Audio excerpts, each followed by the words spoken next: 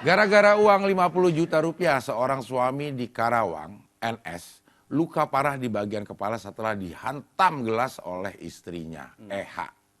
EH sini. Istrinya EH. Oh, EH. Inisial. Inisial EH. Pangkal soalnya karena NS menagih hutang kepada mertuanya sebesar 50 juta. Namun mertua korban mengaku sudah membayar melalui istrinya EH. Ketika ditanyakan hutang tersebut kepada istrinya, malah korban dihantam gelas beling hingga kepalanya berdarah. Kenapa? Jadi ini yang beban siapa sebenarnya yang menjadi beban? Bininya. Apa mertuanya? Mertuanya udah bilang bayar lewat anaknya. Anak ini kan istrinya si NS. EH. Iya, si EH ini kan anaknya si NS. bapak. Bapak. Bapaknya siapa nih? Nah ini. Bapaknya si EH ini siapa? Iya. Oke, taruh kata dia AB lah. Gitu. AB. AB ini minjem sama NS. Yang notabene dia adalah Mantu. Ditagih lah sama NS. ke AB. Betul. Udah gue bayar sama bini lo. Siapa si EH? EH. Datang ke EH. EH mana? Duit yang dibayar sama bapak lu. Buak.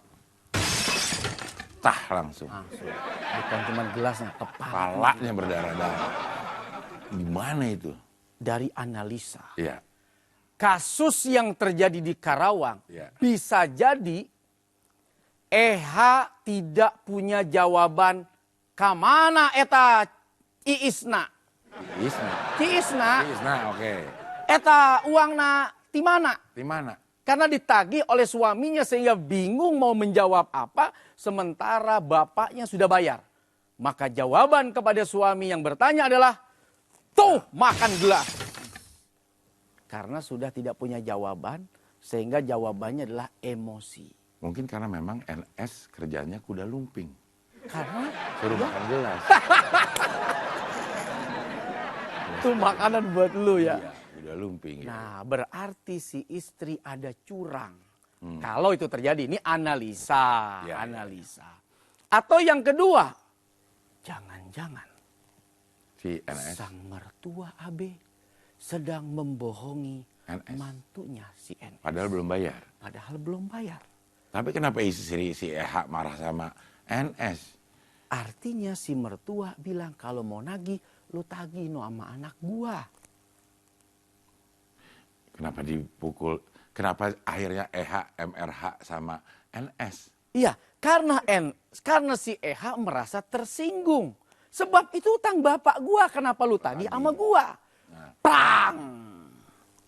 Atau bisa jadi Banyak nih ya, ininya ya. NS memang tidak pernah memberikan hutang. Tapi NS lagi Nagih. buku. Masa lo nggak punya hutang terus tiba-tiba nagih? Ya.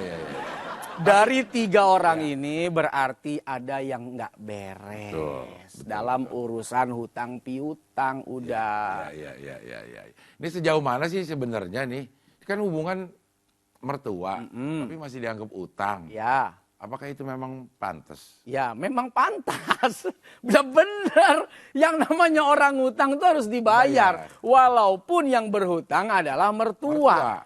Mertua wajib bayar hutang kepada menantu. Menantu berhutang kepada mertua. Menantu wajib bayar hutang kepada mertua. Suami utang kepada istri. Wajib suami bayar tuh hutang kepada istri. Istri pun demikian. Kalau akadnya adalah hutang. Maka jangan pernah anggap itu bagian dari persahabatan. Persaudaraan. Alah, mau saudara aja masih dihitung hutang. Lo orang akadnya minjem. Gitu aja perhitungan banget. Gitu aja lu perhitungan banget. Lu kan mantu gue, lu kan mertua gue. Hutang is hutang. Sampai kapanpun dia akan terus dibawa. Sekalipun sudah sampai ke akhirat. Hutang terus dibayar.